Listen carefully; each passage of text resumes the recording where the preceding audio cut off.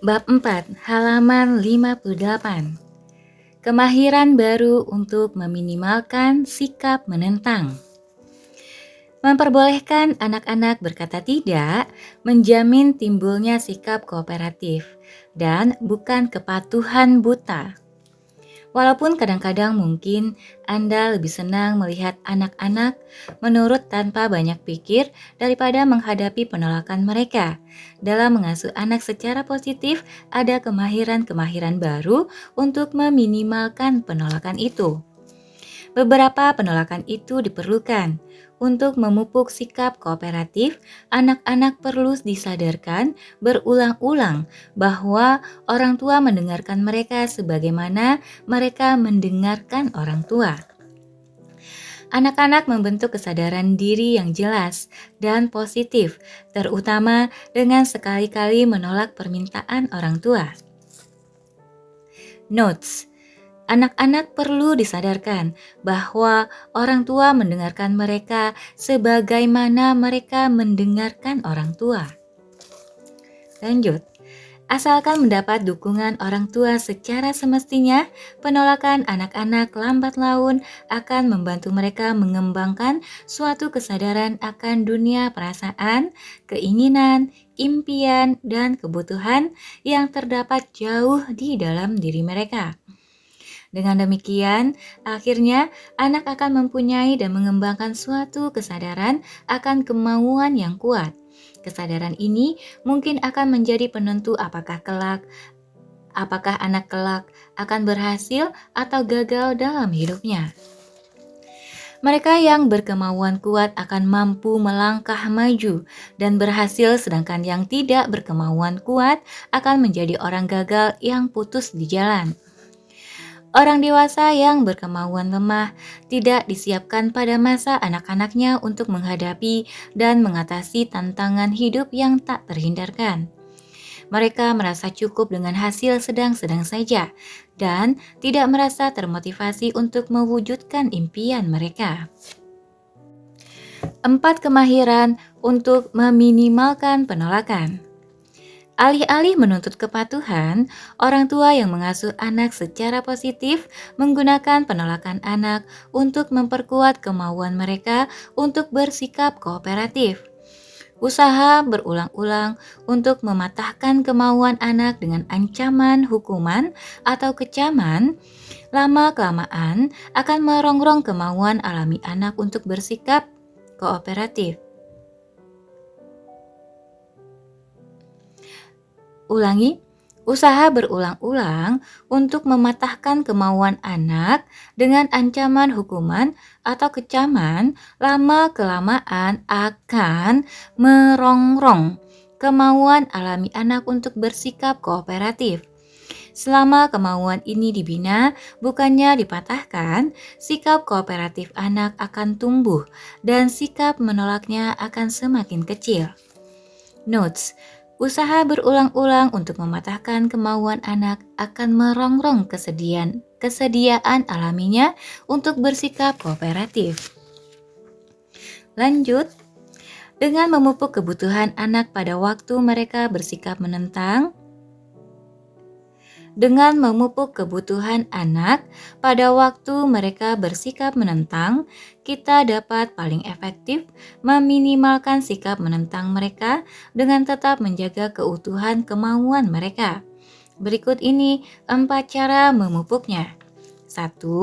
Mendengarkan dan mengerti. 2. Mempersiapkan dan memberi kerangka. 3. Mengalihkan perhatian dan membimbing. 4. Ritual dan irama. Agar anak-anak melepaskan sikap menentang mereka dan merasakan dorongan batin mereka untuk bersikap kooperatif, mereka memerlukan pengertian, kerangka, irama, dan bimbingan. Kalau berbagai kebutuhan mereka tidak terpenuhi, anak-anak dengan mudah melepaskan kesediaan batin mereka untuk bersikap kooperatif. Sebagai contoh, dengan kemahiran mendengarkan yang baru, orang tua dapat memperlihatkan bahwa perasaan, keinginan, kemauan, dan kebutuhan anak-anak mereka dilihat, didengar, dan dimengerti. Kalau kebutuhan dimengerti ini telah terpenuhi, anak-anak secara otomatis menjadi kurang menentang dan lebih kooperatif. Walaupun kebutuhan ini ada pada semua anak, setiap anak itu unik dan mungkin mempunyai kebutuhan yang lebih besar daripada bidang tertentu. Kalau seorang anak membutuhkan pengertian lebih besar, itu tidak berarti bahwa ia tidak mempunyai kebutuhan lain pula. Setiap kebutuhan itu penting bagi semua anak, tetapi bagi seorang anak, suatu kebutuhan mungkin lebih penting daripada yang lainnya. Seorang anak mungkin bereaksi baik bila didengarkan dan dimengerti, sedangkan anak yang lain memerlukan persiapan dan kerangka. Setelah kita makin terbiasa dengan kemahiran-kemahiran ini, kita akan menyadari betapa besar kekuatan setiap kemahiran. Memenuhi kebutuhan tertentu akan menciptakan reaksi positif seketika pada anak-anak kita sesuai dengan watak mereka yang unik. 4 watak. Ada 4 watak berbeda pada anak-anak. Itulah sebabnya anak kadang-kadang lebih tanggap pada salah satu pendekatan kita. Keempat watak itu membantu kita untuk mengidentifikasi anak kita dalam suatu kategori umum dan kemudian membimbing kita untuk menggunakan satu dari 4 kemahiran untuk meminimalkan sikap menentang. Kalau suatu watak mungkin tampak lebih menonjol pada seorang anak, itu tidak berarti bahwa ia tidak mempunyai watak-watak yang lain. Bahkan ada beberapa anak yang mempunyai keempat watak secara berimbang. Ada pula anak yang mempunyai keempat watak tetapi tidak sama kuat. Tidak ada watak yang lebih baik atau lebih buruk daripada lainnya, hanya berbeda. Kombinasi keempat watak ini begitu bermacam-macam, maka setiap anak itu unik dan istimewa. Marilah kita tinjau satu persatu keempat watak yang umum ini. Anak sensitif butuh didengar dan dimengerti. Watak pertama adalah sensitif. Anak berwatak sensitif lebih rentan, dramatik, dan perasa. Mereka sudah tahu bagaimana mereka menanggapi hidup dalam kaitan dengan kebutuhan, keinginan, dan kemauan mereka. Untuk menyesuaikan diri dengan kehidupan, mereka lebih butuh mengenali apa yang mereka rasakan dan kemudian bersedia mengadakan perubahan. Mereka paling tanggap kalau didengarkan dan dimengerti. Walaupun semua anak butuh dimengerti, anak sensitif lebih membutuhkannya untuk melepaskan sikap menentangnya. Anak sensitif belajar tentang diri sendiri dengan mengenali keinginan mereka dan berbagi reaksi perasaan mereka terhadap kehidupan. Mengeluh adalah bagian dari pembawaan mereka. Kalau diberi kesempatan untuk berbagi beban, mereka akan menjadi cerah. Misalnya, seorang anak mungkin berkata, "Tak ada orang yang mau bicara denganku. Hari ini sangat menyebalkan sekali buatku." Lalu orang tuanya berkata, "Wah, jahat benar mereka itu." Si anak menjawab, "Sarah sebenarnya baik. Ia senang melihat gambar yang kubuat." Asalkan mendapat pengakuan sedikit saja, seorang anak sensitif akan kembali melihat sisi positif kehidupan ini. Ia memerlukan lebih banyak empati dan pengakuan. Ia ingin penderitaan dan perjuangan batinnya diakui. Pada umumnya, anak sensitif cenderung butuh waktu lebih banyak. Mendorong-dorong seorang anak sensitif akan memperbesar sikap menentangnya. Ia mempunyai sebuah jam batin yang berbeda. Akan merupakan suatu kesalahan besar kalau orang tua berkata, "Karena Sarah sebenarnya baik padamu, mungkin hari ini kamu tidaklah terlalu menderita." Mendengar komentar orang tuanya, anak itu berkata, "Menderita sekali, tak ada orang yang suka denganku." Bila seorang anak sensitif bergeser ke suatu sikap yang lebih positif, biarkan saja begitu. Jangan menggunakan pergeseran ini sebagai alat untuk menyalahkan perasaan yang diutarakannya pertama kali. Notes: anak sensitif membutuhkan empati dan pengakuan akan penderitaan dan perjuangannya. Lanjut, kalau tidak terus-menerus mendapatkan pesan empati, anak sensitif akan mulai mendramatisasi masalah mereka untuk mendapatkan empati yang mereka butuhkan. Kalau mereka mengeluh, "Perutku sakit," tetapi tidak ada tanggapan penuh perhatian, keluhan itu akan meningkat menjadi, "Kepalaku sakit sekali, perutku mulas, dan semua orang cuek saja." Tanpa adanya tanggapan yang penuh pengertian, setiap penderitaan menjadi berlipat ganda. Tiadanya empati akan menciptakan lebih banyak derita, fisik maupun emosional. Kalau orang tua mengabaikan seorang anak yang sensitif, perasaan dan masalah anak itu akan menjadi bertambah berat.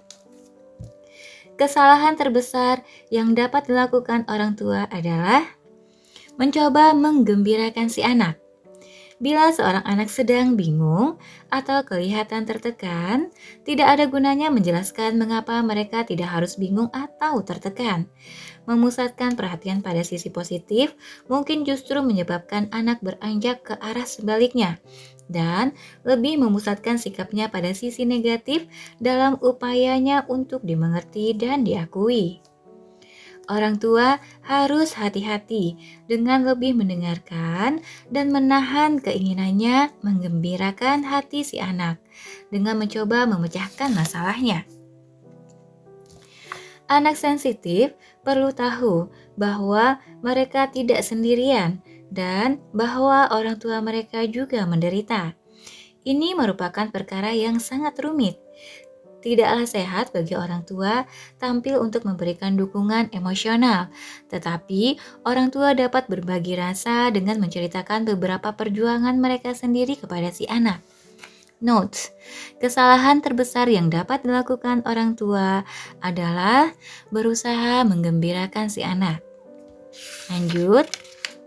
Misalnya, sesudah seorang anak mengeluh tentang sesuatu yang begitu menyakitkan dan sulit, orang tua dapat berkata, "Ibu tahu mengapa hari ini ibu pun merasa kesal. Ibu tadi terjebak macet, sehingga membuat ibu putus asa." Tanpa minta hiburan kepada si anak, cara ini memenuhi suatu kebutuhan tertentu anak sensitif itu. Notes: anak sensitif perlu disadarkan bahwa mereka bukanlah satu-satunya yang menderita.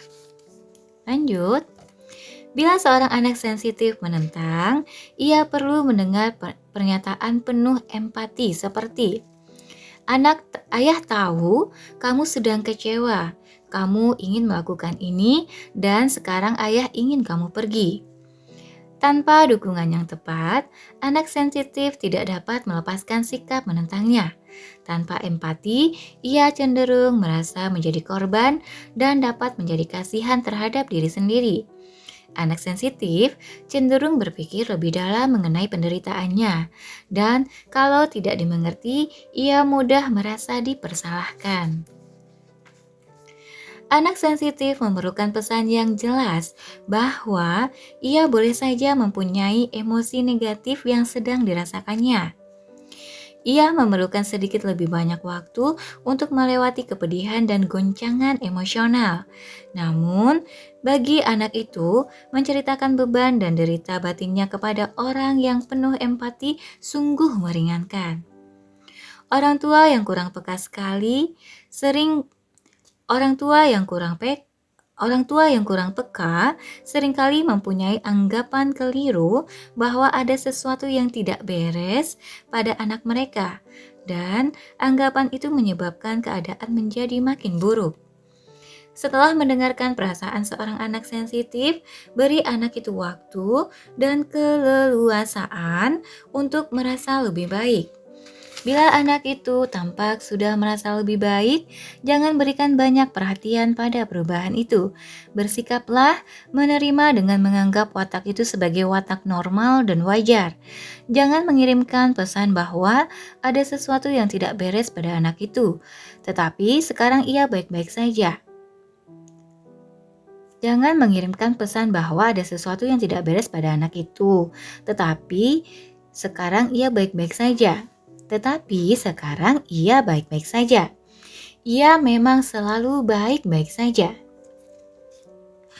Anak sensitif seringkali menentang bila didesak-desak untuk memasuki hubungan baru. Pada anak itu, membentuk hubungan dan persahabatan umumnya makan lebih banyak waktu bila dibandingkan dengan anak-anak lain. Ia memerlukan lebih banyak bantuan dalam menciptakan kesempatan untuk bertemu dengan orang dan membentuk persahabatan. Kalau anak ini berhasil membentuk persahabatan, ia sangat setia dan bila dikhianati akan sangat terluka. Belajar memaafkan dan melupakan adalah suatu kemahiran penting yang harus dipelajarinya. Bila orang tua mendengarkan ketika ia menentang dan memberikan pengertian, hal itu membantu anak untuk menyesuaikan diri dengan kekecewaan hidup dan memupuk kemampuan untuk memaafkan. Kalau anak sensitif ini mendapatkan apa yang dibutuhkannya, bakat khususnya akan berkembang. Ia penuh pemikiran, sangat perseptif, kreatif, orisinil, dan baik sebagai komunikator. Ia pengasuh yang baik, mengerti perasaan orang lain, berhati lembut, dan suka membantu. Ia merasakan kepuasan dengan melayani orang lain dan dunia. Anak aktif butuh persiapan dan kerangka. Watak kedua adalah aktif. Anak aktif tidak terlalu terhubung dengan reaksi batinnya terhadap kehidupan dan lebih tertarik untuk punya pengaruh. Ia tertarik pada perubahan, tindakan, dan hasil. Ia memotivasi diri dan sangat kooperatif kalau ia tahu apa yang harus dilakukannya dan punya suatu rencana. Ia selalu siap bergerak, memimpin, atau mengerjakan apa-apa dengan caranya sendiri. Anak ini memerlukan kerangka pendukung. Kalau tidak, ia akan mudah lepas dari kendali orang tua dan menolak otoritas. Ia selalu perlu tahu sebelumnya apa rencananya, apa aturannya, dan siapa bosnya. Ia membutuhkan suatu rencana permainan. Dengan persiapan semacam ini, anak aktif akan bersikap mendukung dan kooperatif. Untuk memperkecil sikap menentangnya, orang tua harus berpikir ke depan dan menyiapkan anak itu dengan batas, aturan, dan arah yang jelas. Orang tua dapat berkata, inilah yang akan kita lakukan. Mula-mula kita akan main ayunan, kemudian kita main panjatan. Setiap anak mempunyai giliran 2 menit, lalu bergantian. Dengan menyiapkan anak dengan kerangka jelas semacam ini, anak akan bersikap sangat kooperatif. Notes: anak aktif selalu perlu tahu sebelumnya apa rencananya, apa aturannya, dan siapa bosnya. Lanjut, anak aktif suka menjadi pusat perhatian dan berada di tempat adanya kegiatan. Ia selalu ingin benar. Kalau ada kerangka yang dibuat oleh orang tuanya, ia cenderung bersikap dominan. Anak ini memerlukan peluang-peluang untuk menjadi pemimpin yang sukses. Orang tua harus berhati-hati, jangan menunjukkan kelemahan, kerentanan, atau keraguan dalam mengambil keputusan. Misalnya, jangan secara langsung menanyakan kepadanya apa yang menurut dia sudah benar. Kalau anak itu menolak dengan mengatakan apa yang diinginkannya, sesudah orang tua memberikan instruksi, akuilah sarannya, dan kemudian putuskan sekali lagi apa yang akan dikerjakan. Kalau orang tua berkata, kita mula-mula akan bermain ayunan dan kemudian bermain panjatan. Mungkin anak itu menjawab, tetapi bermain panjatan jauh lebih asyik. Kita main panjatan dulu saja. Ketika itu, orang tua yang bijaksana akan berkata, "Itu ide bagus, ayolah." Anak aktif suka bertindak benar dan akan berkembang dengan baik kalau diakui. Untuk memperkecil penolakan oleh anak aktif, paling baik mintalah anak itu berada di tempat pertama atau memimpin kalau mungkin.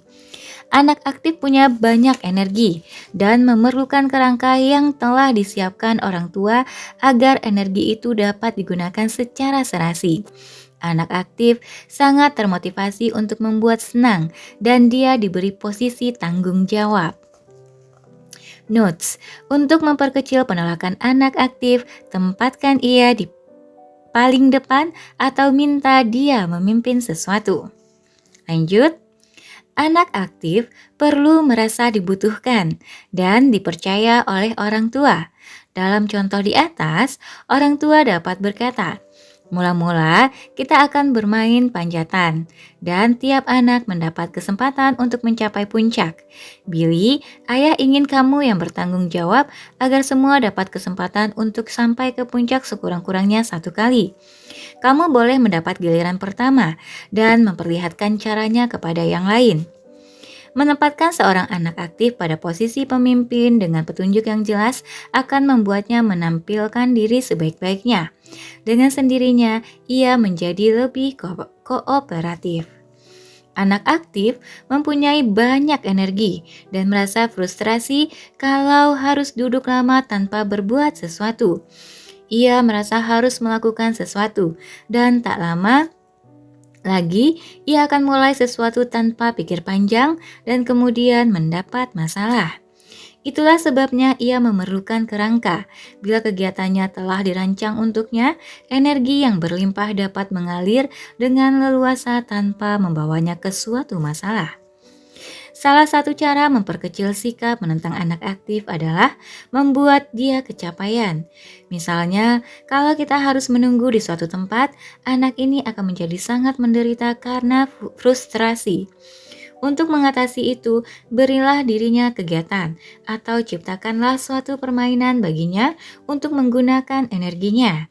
Misalnya, suruh dia berlari sampai beberapa jauh dan kembali, dan hitung waktunya. Anak aktif suka memecahkan rekornya sendiri, berikan pengakuan atas prestasinya, dan sikap menentangnya akan berkurang. Anak aktif belajar tentang diri sendiri dengan bertindak dan membuat kesalahan. Ia butuh pengakuan atas keberhasilannya dan maaf atas kesalahannya. Ia mempunyai kecenderungan lebih besar untuk mendapat masalah. Kalau ia takut hukuman atau takut dicela, ia akan bersembunyi atau membela kesalahan yang telah dibuatnya. Dan karena itu, ia akan berhenti belajar dari kesalahan dan berhenti tumbuh. Note: anak aktif butuh banyak pengakuan atas suksesnya dan maaf atas kesalahannya. Anak aktif tidak senang kalau ia harus duduk diam dan mendengarkan. Ia butuh bergerak kemana-mana. Ia belajar paling baik dengan melakukan sesuatu dan berpartisipasi dalam kegiatan dengan anak-anak lain. Kalau ia tidak kooperatif terhadap permintaan orang tua, paling baik mulailah kegiatannya dan ajak dia ikut serta. Bicara panjang lebar akan menghasilkan hal sebaliknya dan sering dianggap sebagai hukuman. Misalnya, kalau ia tidak mau merapikan kamarnya, secara singkat akuilah apa yang sedang dilakukannya, dan kemudian mulailah membersihkan kamar. Katakan sesuatu seperti, "Ibu melihat kamu sedang bermain dan tak ingin membersihkan kamarmu. Ayo kita lakukan bersama. Caranya begini, titik titik titik." Menunggu saja sampai ia mulai melakukan sesuatu tidaklah efektif. Anak aktif melepaskan sikap menentangnya dengan ikut bergabung dalam kegiatan yang dilakukan orang tua. Walaupun ia hanya dapat membantu sedikit, ucapkan terima kasih atas bantuannya dan akuilah betapa rapi kamarnya sesudah itu. Katakan, misalnya, "Lihat hasil pekerjaan kita." Anak aktif selalu ingin menjadi bagian dari suatu tim pemenang. Tiadalah motivasi yang lebih besar baginya daripada sukses itu sendiri. Notes: anak aktif selalu ingin menjadi bagian dari sebuah tim pemenang. Anak aktif mengenal dirinya dari apa yang dia lakukan, dan hasilnya ia suka keleluasaan. Bila ia menentang permintaan orang tua, ia sering membutuhkan suatu pesan yang tegas tetapi tenang, bahwa ia boleh menentang, tetapi ayah dan ibu adalah bosnya. Akuilah apa yang dilakukannya, dan kemudian ulangilah permintaan tadi secara lebih langsung. Misalnya, orang tua dapat berkata, "Ibu lihat, kamu sedang beristirahat di tempat tidur, dan sekarang ibu mau kamu mulai membersihkan kamar ini." Kalau anak itu tidak bereaksi, mulailah saja membersihkan kamar sambil berkata, "Ayo kita mulai dari bagian ini." Dalam perdagangan, cara pendekatan ini disebut assumptive clause, berdagang dan penjualan berdasar asumsi. Kita berasumsi bahwa calon pembeli kita sudah di tangan dan mulai menangani detail-detail penjualannya. Anak aktif memerlukan pesan yang jelas dan langsung dari apa yang diinginkan orang tua. Pernyataan ibu atau ayah mau memperkecil sikap menolak anak dengan mengingatkan dia bahwa orang tua adalah bos dalam keluarga. Tanpa dukungan yang tepat, anak aktif cenderung lepas kendali, berkelakuan tidak baik, dan menjadi sewenang-wenang terhadap orang lain. Di samping kerangka dan pengawasan, anak itu memerlukan pesan jelas bahwa membuat kesalahan itu boleh saja, dan bahwa orang tua tahu bahwa mereka selalu melakukan segalanya sebaik-baiknya. Notes: pernyataan "aku mau" mengingatkan anak bahwa orang tualah bosnya, dan hal itu memperkecil sikap menentangnya. Pada waktu lepas kendali, kalau ia tidak mendapatkan apa yang diinginkannya, anak akan cenderung bertindak sewenang-wenang dengan orang lain atau membuat ulah. Banyak orang tua dan orang dewasa takut menghadapi anak semacam ini. Orang tua menangguhkan konfrontasi seperti itu karena akan makan banyak energi. Ini bahkan membuat masalahnya menjadi bertambah berat. Di samping kerangka yang jelas, anak aktif kadang-kadang perlu diberi waktu menyendiri. Mereka perlu merasa tenang lebih dari anak-anak lain. Dengan memberi anak ini waktu menyendiri, ia akan ingat siapa bosnya dan mendapatkan kerangka yang mereka butuhkan. Kita akan mempelajari secara lebih mendetail bagaimana sebaiknya kita memberikan waktu menyendiri pada bab 6. Anak aktif lebih perlu bertindak benar, dan ia tidak senang dikatakan telah berbuat salah. Baginya sangat sulit menerima tanggapan berupa koreksi di depan orang lain. Ia akan lebih menerima dan tidak bersikap defensif kalau koreksi itu diberikan antara empat mata. Untuk menghindari memberi koreksi di muka umum, kita dapat menciptakan kode-kode rahasia semacam bahasa isyarat untuk menyampaikan tanggapan kita. Ia sangat menghargai orang tua yang mau membantu dia menyelamatkan muka. Misalnya, orang tua dapat minta anak bersikap lebih halus dengan menarik telinganya sendiri. Kalau anak menjadi terlalu ribut, orang tua dapat menarik dagunya untuk memberitahu anak itu bahwa ia telah menggunakan suara keras seperti di lapangan, bukan di dalam rumah. Anak menyukai kode-kode seperti itu.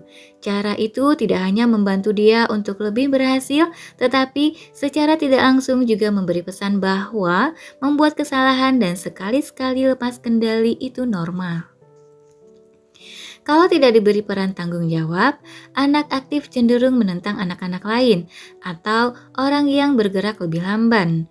Ia menghendaki segala sesuatu terjadi cepat, dan ia punya energi untuk melakukan segalanya dengan cepat. Ia bisa menerima kelambanan orang lain kalau dia sendiri sedang sibuk mengerjakan sesuatu untuk membantu orang lain. Bisa juga orang tua menciptakan suatu kegiatan dan memberi anak itu suatu perasaan penting. Bila anak aktif mendapatkan kerangka yang dibutuhkannya, dengan sendirinya ia menjadi lebih sensitif, lebih mengerti penderitaan orang lain, dan lebih bermurah hati.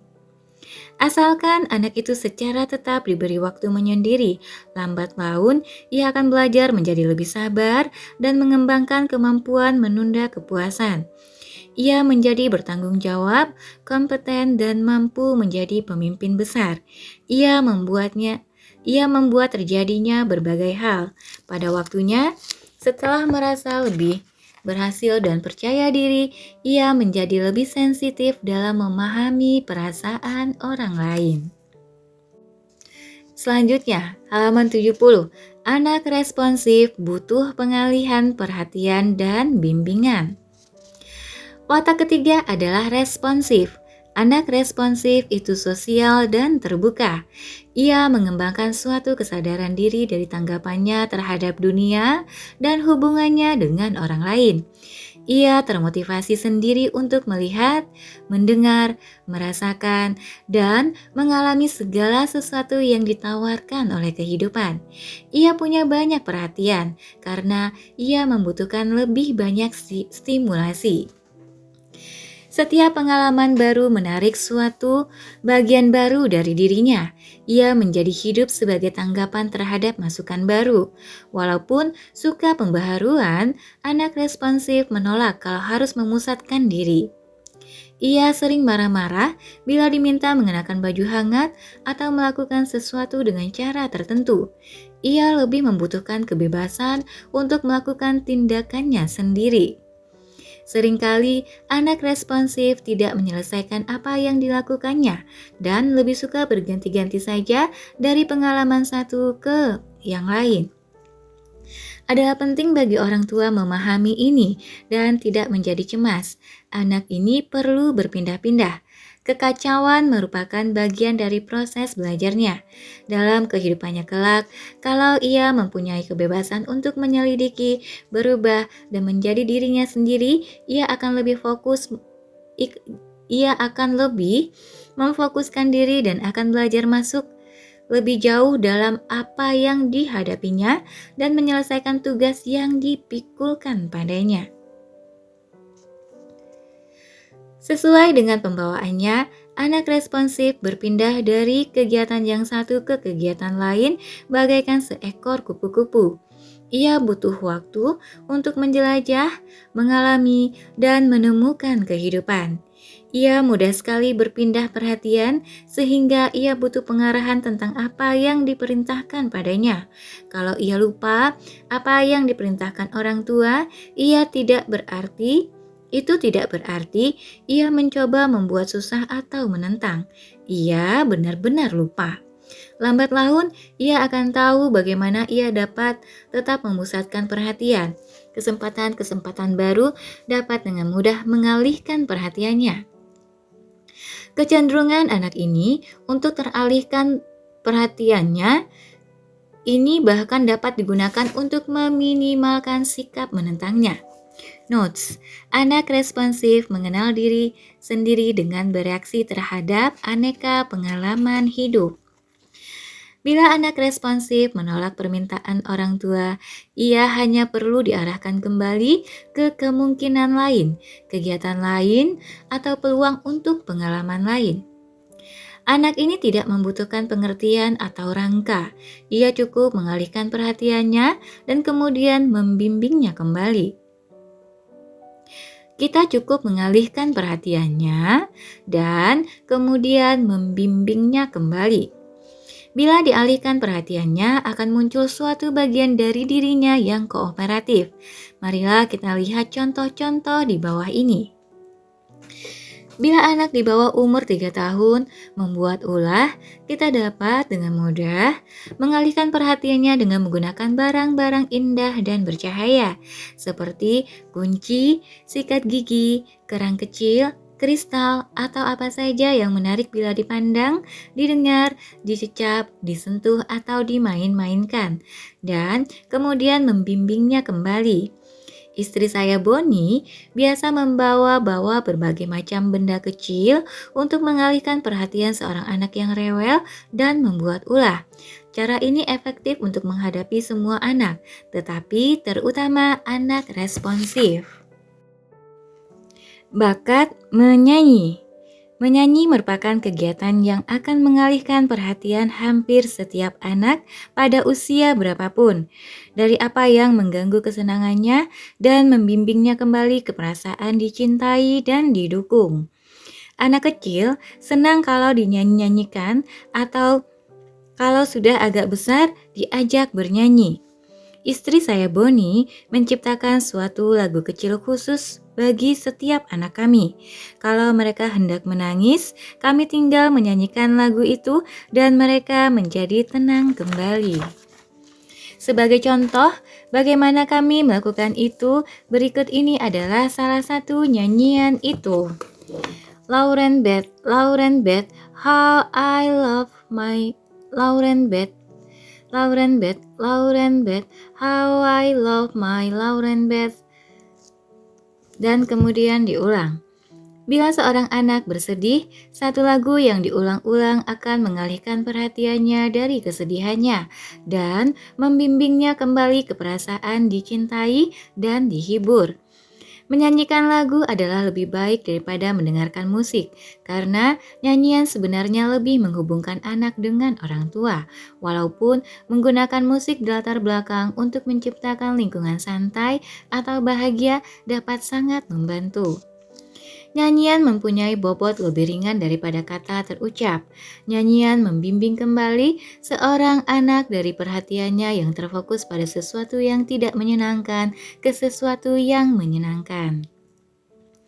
Nyanyian itu ideal untuk mengalihkan perhatian anak dan membimbingnya kembali untuk melakukan apa yang diinginkan orang tua. Orang tidak akan tetap frustasi dan sekaligus menyanyi. Menyanyi dan mendengarkan nyanyian membuat apa-apa menjadi ringan dan hidup ini lebih menyenangkan. Nyanyian merangsang kegiatan otak kanan yang lebih kreatif.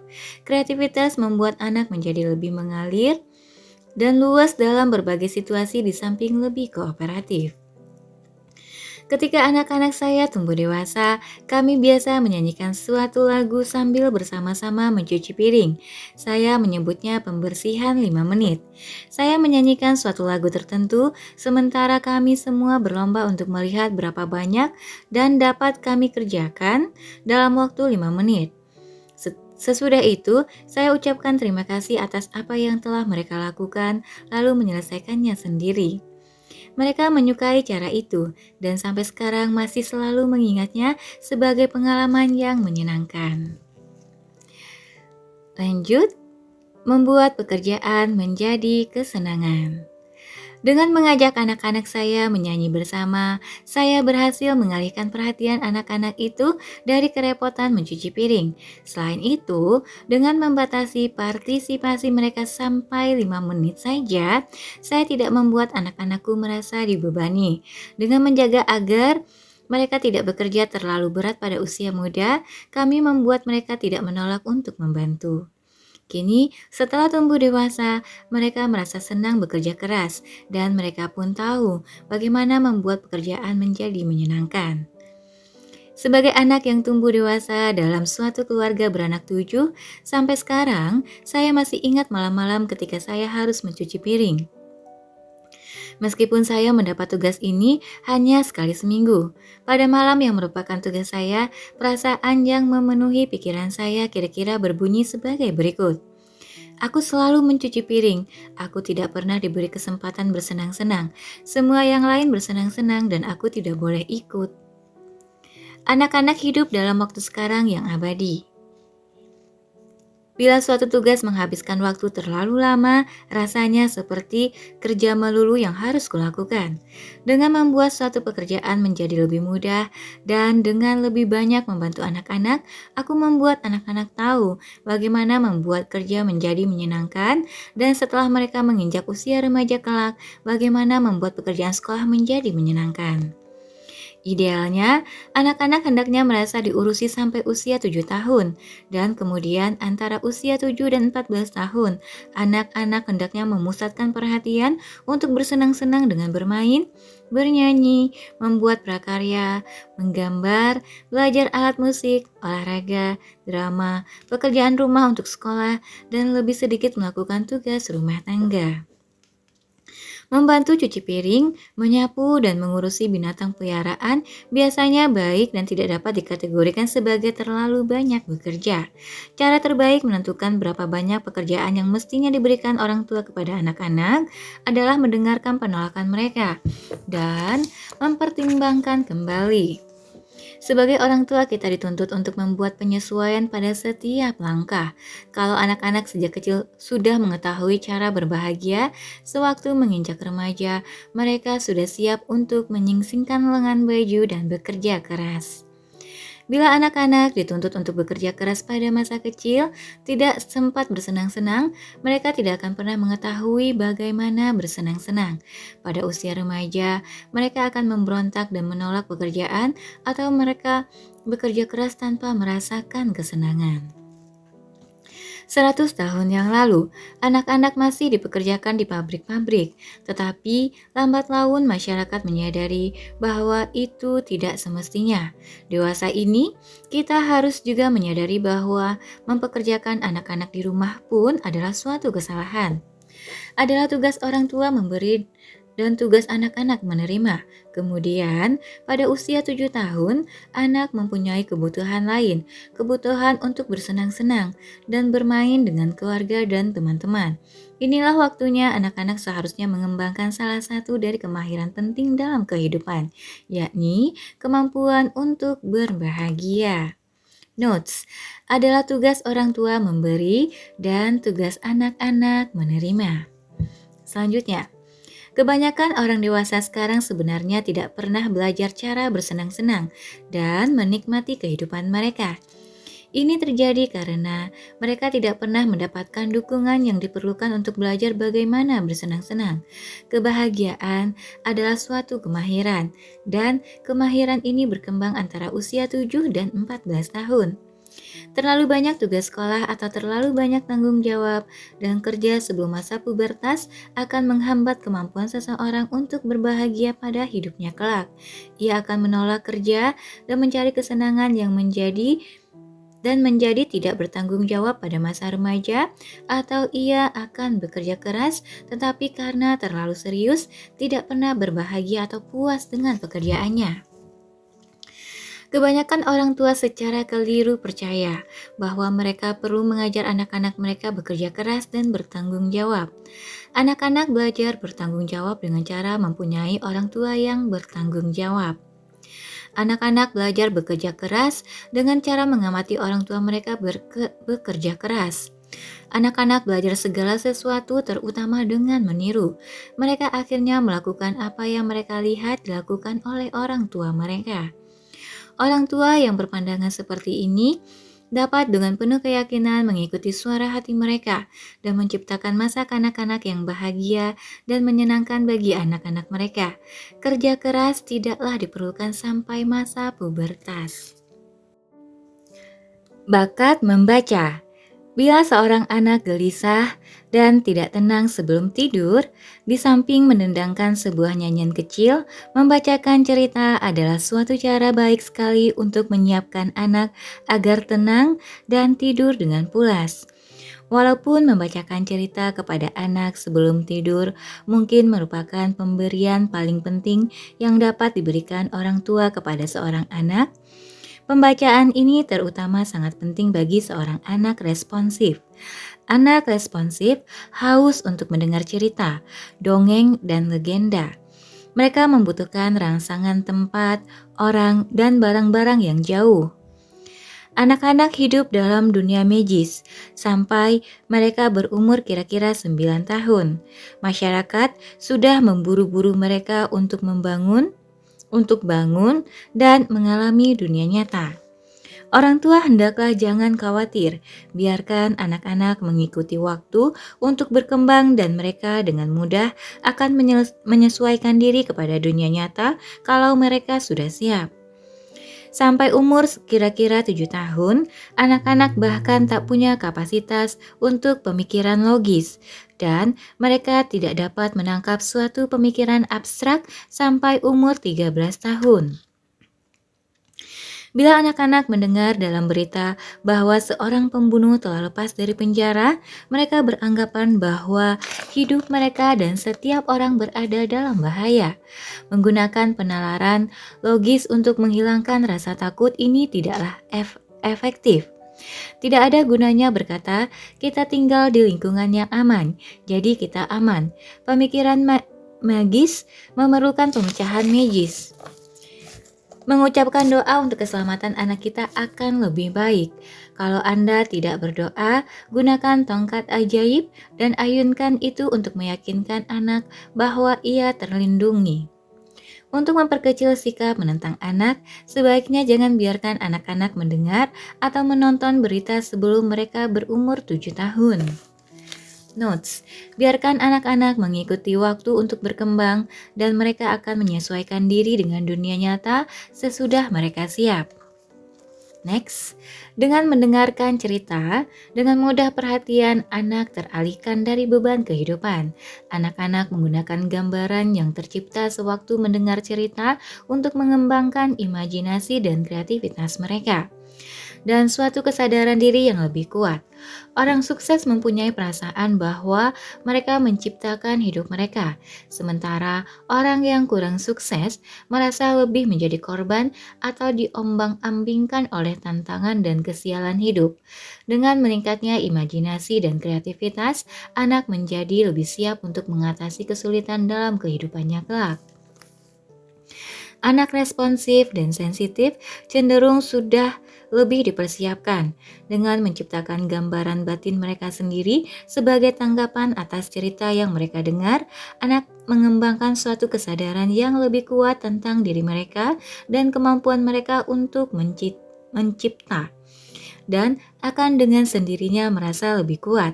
Terlalu banyak nonton TV atau film dapat melemahkan proses menciptakan gambaran batin ini.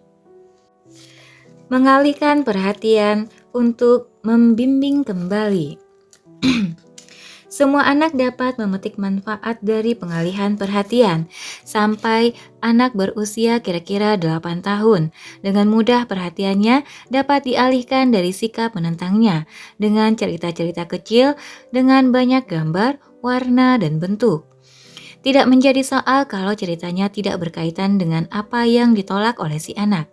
Yang penting, alihkan bahan pembicaraan dan mulailah menceritakan dongengnya dengan kalimat-kalimat penuh gambaran. Misalnya, kalau anak menolak untuk memakai baju hangat, jangan mengajak anak berebut kekuasaan, tetapi berhentilah dan berbicaralah dengan suara seperti sedang mendongeng. Katakan, misalnya, "Oh, lihatlah daun-daun hijau yang indah pada pohon ini." Ibu teringat suatu saat ketika ibu sedang berjalan-jalan di tengah hutan yang indah. Di setiap penjuru terdapat pohon-pohon raksasa. Langitnya biru, indah sekali. Tepat di atas ibu tampak awan besar putih seperti kapuk. Ibu berjalan seharian sampai ibu benar-benar kelelahan. Ibu sudah berjalan jauh sekali, tetapi badan ibu terasa nyaman. Sekarang, ayo kita pakai baju hangat ini. Inilah yang disebut menciptakan harmoni dan kemudian mengundang partisipasi. Kalau kita menceritakan suatu kisah dengan banyak warna dan benda untuk visualisasi, anak secara otomatis meninggalkan dirinya yang bersikap menentang dan memasuki harmoni mengikuti kita. Akibatnya, anak menjadi jauh lebih kooperatif. Notes, untuk memperkecil sikap menentang, ciptakan harmoni dan kemudian undanglah anak berpartisipasi. Pada usia berapapun, bila anak marah atau bersikap menentang, ia tanggap dengan baik pada ajakan kembali. Seperti, sekarang, ayo kita lakukan ini. dan sekarang kita akan lakukan. Daripada bertanya apa yang diinginkannya atau bahkan apa yang akan dilakukannya, orang tua sebaiknya tetap memimpin. Karena anak membentuk kemauan dan keinginannya sendiri. Ia akan menantang kita dan memberitahukan apa yang diinginkannya. Di sini, orang tua dapat berkata, "Baik, itu ide bagus, kamu lakukan saja." Daripada langsung menanyakan anak apa yang diinginkan atau apa yang ingin dilakukannya. Berikan saran dan biarkan dia menyatakan setuju atau tidak. Setuju secara tidak langsung melalui penolakan atau penerimaan. Berikan saran dan biarkan dia menyatakan setuju atau tidak setuju secara tidak langsung melalui penolakan atau penerimaan. Mari kita tinjau sebuah contoh. "Ibu, Jimmy, ayo kita main di taman." Jimmy usia 8 tahun, "Aku tidak mau pergi ke taman." Ibu menjawab, "Mengapa tidak?" "Aku mau main di kamar." "Baik, kalau kamu mau tinggal di rumah, bagi ibu itu tak menjadi soal. Keluarkan pensil warna dan buatlah lukisan." "Aku tidak mau menggambar, aku lebih suka main dengan pesawat modelku yang baru." "Wah, itu ide bagus. Kamu main dengan pesawat modelmu yang baru, mainlah dulu, nanti ibu datang untuk melihat." Dengan cara itu, tanpa menanyakan langsung kepada anak, orang tua memberikan saran yang dapat ditolak oleh anak dan secara berangsur-angsur mengetahui apa yang diinginkan oleh anak. Secara umum, bagi semua watak, tidaklah seyogyanya menanyakan kepada anak apa yang diinginkan, disukai, dibutuhkan, dan dipikirkan anak, atau bahkan bagaimana perasaannya. Lebih baik berikan saran dan anak boleh menerima atau menolak. Dengan menolak, si anak membentuk suatu ide jelas tentang apa yang diinginkan, dirasakan, atau dipikirkannya. Notes: tidaklah seyogyanya menanyakan kepada anak apa yang diinginkan, disukai, dibutuhkan, dipikirkan, atau bahkan bagaimana perasaannya. Anak responsif cenderung untuk lebih gembira, ceria, dan bersemangat. Ia benar-benar dihidupkan oleh gambaran-gambaran dan perubahan hidup. Baginya, hidup adalah pengalaman penuh petualangan. Ia cenderung lebih sosial dan bicara banyak. Ia mudah mendapat teman dan cenderung untuk menyukai semua orang. Ia sering menarik, menyenangkan, dan ramah. Ia tak menyimpan dendam. Ia tidak mempunyai ikatan mendalam dan tidak mudah tersinggung. Ia mengamuk dan bersikap menentang, tetapi biasanya karena diminta untuk memusatkan perhatian atau melakukan sesuatu yang tidak disukainya. Kekacauan dan turun naiknya emosi yang berubah-ubah merupakan bagian hidupnya. Anak responsif cenderung untuk berantakan, mudah lupa, dan tak terandalkan. Sulitlah baginya melakukan apa-apa sendiri, ia perlu disuruh berulang-ulang. Dengan pandangan ini, orang tua dapat lebih tentram. Jangan mengharapkan anak ini menciptakan ketertiban di lingkungannya. Itu tugas orang tua. Misalnya, anak responsif tak akan menjaga kerapian kamarnya kalau tidak dibantu.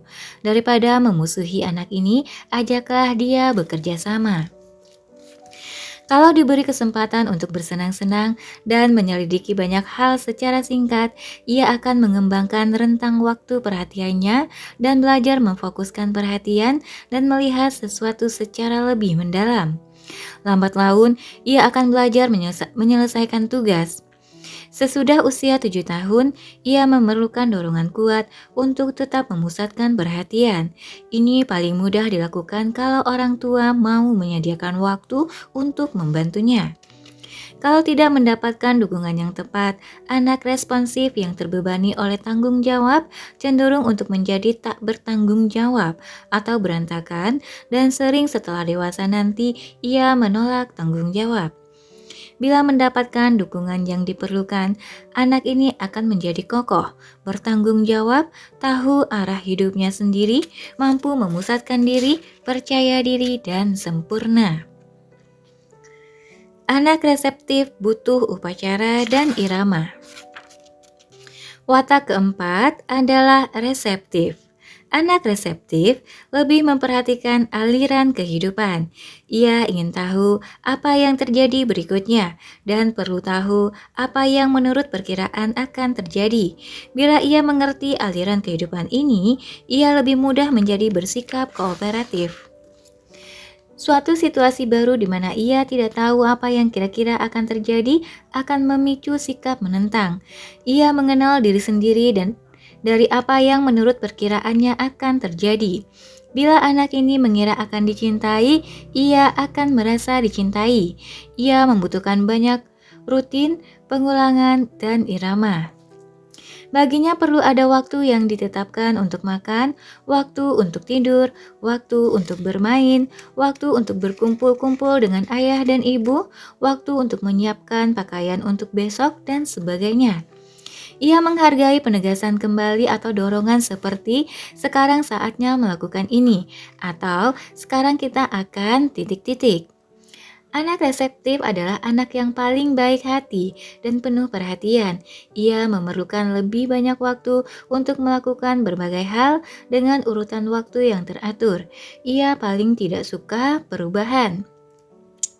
Ia dapat membuat keputusan cepat dan hendaknya ia tidak ditanyai apa yang ia inginkan, apa yang ia pikirkan atau rasakan. Sebaliknya, ia perlu diberitahu apa yang harus dilakukannya. Notes, anak reseptif adalah anak yang paling baik hati dan penuh perhatian. Next, kalau harus ada perubahan, asalkan tidak terlalu besar, ia bersedia bekerja sama. Suatu perubahan waktu mengisyaratkan perlunya perubahan kegiatan. Menggunakan kata-kata, sekarang waktunya untuk titik-titik, akan membuat anak ini yakin bahwa segala sesuatu akan terjadi dan bergerak seperti biasanya. Ia membutuhkan situasi di mana segala sesuatu dapat diramalkan di sekitar mereka. Walaupun ia suka diberitahu apa yang harus dilakukannya, ia akan menentang kalau dipaksa atau diburu-buru untuk melakukannya. Seperti anak sensitif, anak ini memerlukan lebih banyak waktu untuk melakukan sesuatu atau membuat perubahan. Ia memerlukan banyak penegasan kembali bahwa segala sesuatu sudah direncanakan dan dipikirkan sebelumnya.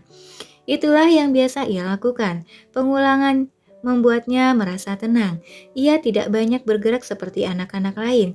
Seringkali ia sudah puas dengan duduk diam dan menikmati keadaannya seperti istirahat, makan, melihat, mendengarkan, dan tidur. Ia dapat menikmati lewatnya waktu. Ia tidak secara otomatis mengarahkan diri sendiri, kreatif, atau mengadakan pembaharuan. Ia perlu diberitahu, sekarang waktunya titik-titik. Kalau tidak, ia mungkin saja duduk diam dan melamun. Ia menyukai kenyamanan fisik dan lebih suka duduk diam dan menonton daripada menghadapi risiko kehilangan kenyamanan. Tidak seperti anak aktif, anak reseptif tidak merasa perlu memimpin atau berpartisipasi. Sebagai anak kecil, ia sering perlu sekadar menonton dan memperhatikan. Mungkin menonton saja anak-anak lain melakukan suatu kegiatan sampai 50 kali dan kemudian tiba-tiba melakukan sendiri kegiatan itu. Mengamati sudah merupakan partisipasi cukup baginya untuk mengembangkan perhatian. Notes, anak reseptif berpartisipasi dengan melihat. Ada ya yang kayak gini, hanya melihat aja itu sudah dianggap berpartisipasi. Seorang anak 4 tahun yang dengan sungguh-sungguh mengamati anak-anak lain bermain tidaklah merasa disingkirkan. Ia seolah-olah sudah melakukan kegiatan yang dilihatnya melalui anak-anak lain. Ini bukanlah masalah. Anak itu akan berpartisipasi. Pada usia sekitar 7 tahun, tidak apalah mendorongnya untuk ikut serta, tetapi kalau ia menolak, biarkan saja. Cara untuk mendorongnya bukanlah dengan berkata, "Maukah kamu ikut bermain?" Gunakan saja kata-kata seperti, "Sekarang saatnya kamu ikut bermain." Kalau anak itu menolak, katakan, "Baiklah, Ibu lihat kamu lebih senang menonton. Tolong katakan kalau kamu ingin ikut bermain. Anak reseptif sering kurang diperhatikan karena ia begitu diam, tidak banyak menuntut, dan menganggap semua biasa saja. Ia kadang-kadang juga perlu berjuang dan menentang. Ia perlu dimotivasi secara lembut untuk melakukan sesuatu dan ditantang, walaupun ia lebih suka tidur atau tinggal di rumah saja. Orang tua hendaklah memberi anak itu suatu tugas. Kalau tidak mendapatkan bantuan serupa ini, mungkin ia tidak akan mengembangkan perhatian apapun. Kepastian dari rutin, ritual, dan irama yang ajak mendukung dia untuk lambat laun menghadapi risiko yang diperlukan untuk melakukan sesuatu yang baru. Notes: pada umumnya kalau ada perubahan, ia tak ikut. Kalau seorang anak reseptif tidak ingin melakukan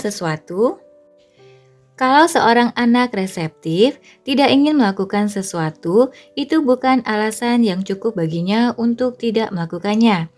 Ia tidak akan pernah ingin melakukan sesuatu yang baru. Kalau ia menolak untuk melakukan hal-hal baru, orang tua hendaklah berlaku lembut, dan tidak memaksanya. Ingatlah, dengan menonton saja, ia sebenarnya sudah berpartisipasi pada suatu taraf yang nyaman baginya. Tetaplah memberi dia kesempatan dari waktu ke waktu untuk memperluas perhatiannya, tetapi jangan mendesak-desak dia untuk berpartisipasi. Bagi anak ini, menonton dan memperhatikan sudah cukup baik. Anak ini tidak senang disela. Ia ingin terus bergerak menuju detail terakhir. Pengulangan memberikan rasa aman baginya.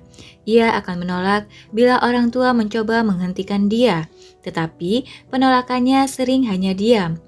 Ia tidak marah-marah sebab ia tidak mau menjadi masalah atau menyusahkan. Ia sangat takut mengecewakan orang tua. Ritual kasih sayang.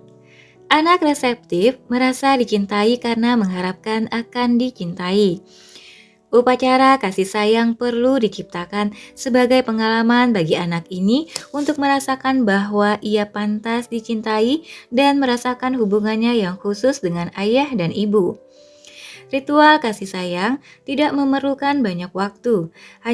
Anak hanya butuh diakui sebagai istimewa dan kemudian pengakuan itu diulang-ulang.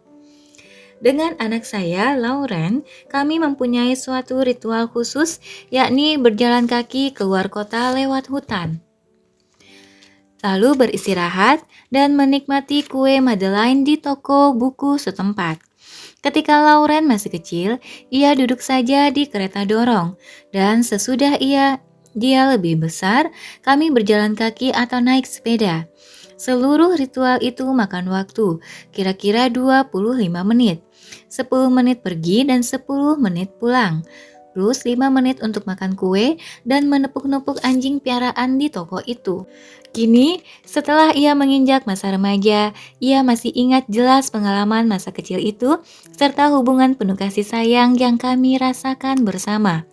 Banyak orang dewasa mempunyai kesulitan untuk mengingat cinta dan kebahagiaan selama masa kanak-kanak mereka, dan itu merupakan kehilangan besar. Dapat mengingat perasaan dicintai dan didukung memberi kita rasa aman yang mendalam selama hidup kita. Dengan melakukan kegiatan mengasuh yang paling biasa dan melakukannya pada waktu-waktu yang ditentukan, kegiatan itu dapat merupakan ritual kasih sayang dan dengan demikian sangat mudah dikenang. Suatu ritual diciptakan dengan membicarakannya beberapa kali. Misalnya, katakan, ini hari Sabtu, kita dapat keluar kota dan makan kue Madeleine. Untuk merasa istimewa, anak memerlukan kegiatan istimewa pada waktu-waktu istimewa. Berikut ini beberapa contoh. 1. Pada hari Sabtu pagi, ayah akan membuat roti telur dengan resep istimewanya. 2. Pada hari Minggu pagi, kami semua boleh bangun agak siang. Ibu selalu membuat kue waffle yang enak sekali. 3. Bila ayah sedang pergi keluar kota, ia selalu menelpon untuk membantu kami mengerjakan PR atau untuk mengatakan selamat malam. 4. Ibu selalu membacakan cerita sebelum tidur. 5. Ibu atau ayah selalu menyanyikan lagu sebelum tidur. Lanjut. Contoh berikutnya, kalau salah seorang anak merasa sakit perut, ibu selalu menyiapkan kompres hangat dan memberikan sedikit kastroli. Lalu, contoh berikutnya, kalau ayah sedang berbahagia, ia selalu menyanyikan lagu kesayangannya. Contoh berikutnya, setiap Kamis jam 8 malam, kami semua berkumpul untuk menonton pertunjukan keluarga yang sangat lucu. Next, setiap malam sebelum tidur, ayah, ibu, dan semua anak berbicara dan membicarakan apa yang masing-masing kerjakan hari itu. Next, pada musim semi, setiap malam seluruh keluarga keluar untuk memetik bunga sebelum makan malam. Lalu, setiap orang membawa anjing berjalan-jalan sebelum makan malam. Lalu, setiap musim panas, kami mengadakan liburan khusus yang sangat menyenangkan di tempat yang sama dan hotel yang sama. Tentu saja, Anda dapat memilih perjalanan liburan lain, tetapi dengan mengulang liburan yang sama, itu menjadi ritual yang khusus. Contoh berikutnya, pada hari Minggu kita keluar sekeluarga, entah berjalan-jalan, entah berpiknik. Next, di musim panas, pada hari Minggu kami pergi ke pantai. Next, setiap bulan Juli kami pergi ke pasar raya di luar kota. Next, sekali sebulan kami pergi berjalan-jalan sendiri dengan ayah atau ibu. Lalu, kami berdoa setiap malam sebelum tidur dan ayah atau ibu mendendangkan lagu tidur. Upacara yang menyenangkan dan penuh kasih sayang ini menciptakan kenangan khusus dan harapan yang memberikan rasa aman sangat besar selama masa kanak-kanak dan selama hidup. Banyaklah upacara yang kurang menyenangkan atau kurang khas, tetapi memberikan rasa aman yang kuat dan terutama irama. Segala sesuatu dalam alam ini mempunyai irama. Musim semi mengikuti musim dingin, musim panas mengikuti musim semi. Segala sesuatu dalam hidup ini mempunyai musimnya. Ada waktu untuk aktif dan ada waktu untuk istirahat, waktu untuk makan dan waktu untuk bermain, waktu untuk mulai dan waktu untuk merapikan. Pasang di laut naik, kemudian surut. Matahari terbit dan kemudian terbenam. Dalam tubuh kita pun kita menarik nafas dan menghembuskannya. Kita bangun dan kemudian tidur. Semua perilaku yang berulang, semua rutin, dan upacara memberikan rasa irama bagi hidup. Kita semua merasa aman karena tahu apa yang akan terjadi berikutnya. Kita kenal apa yang akan datang. Semua anak memerlukan irama dan upacara.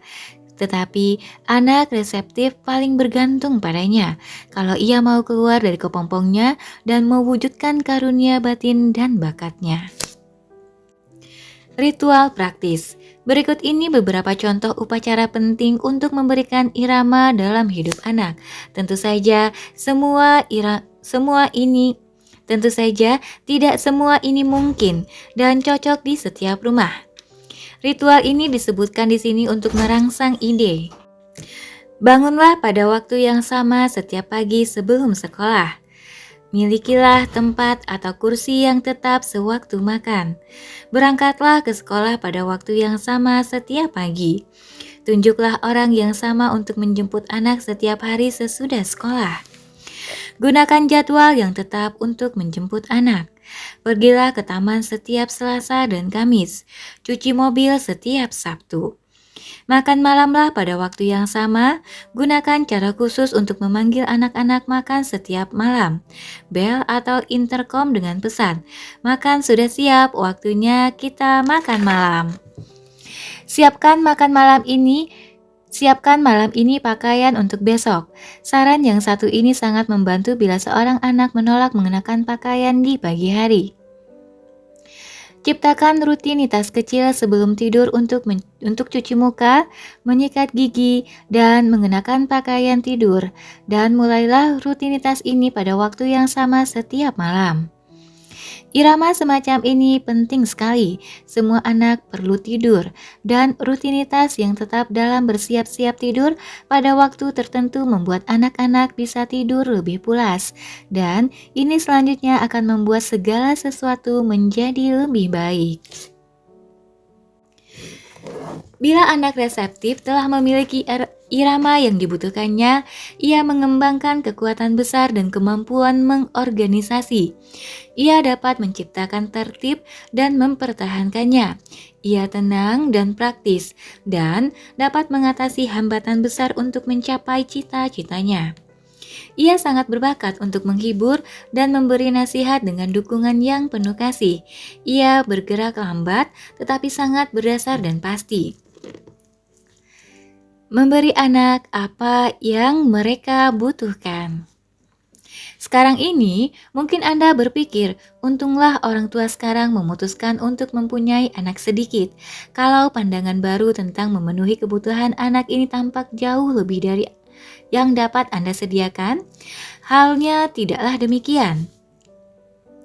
Mungkin tampaknya berat karena ini baru. Setelah Anda menjadi lebih biasa dengan gagasan-gagasan ini dan mulai mempraktekannya, mengasuh anak akan menjadi lebih mudah. Metode mengasuh yang berbeda ini mengurangi sikap menentang, tetapi untuk itu diperlukan waktu dan persiapan, dan kadang-kadang kita tidak punya keduanya. Kemahiran-kemahiran yang akan kita pelajari di bawah ini dapat bekerja dengan efektif walaupun kita tidak punya banyak waktu. Dan dalam bab berikut akan dijelaskan bagaimana dengan mendengarkan dan mengutarakan keinginannya. Orang tua dapat mengurangi sikap menentang anaknya dan secara sukarela memotivasi anak itu untuk bersikap kooperatif.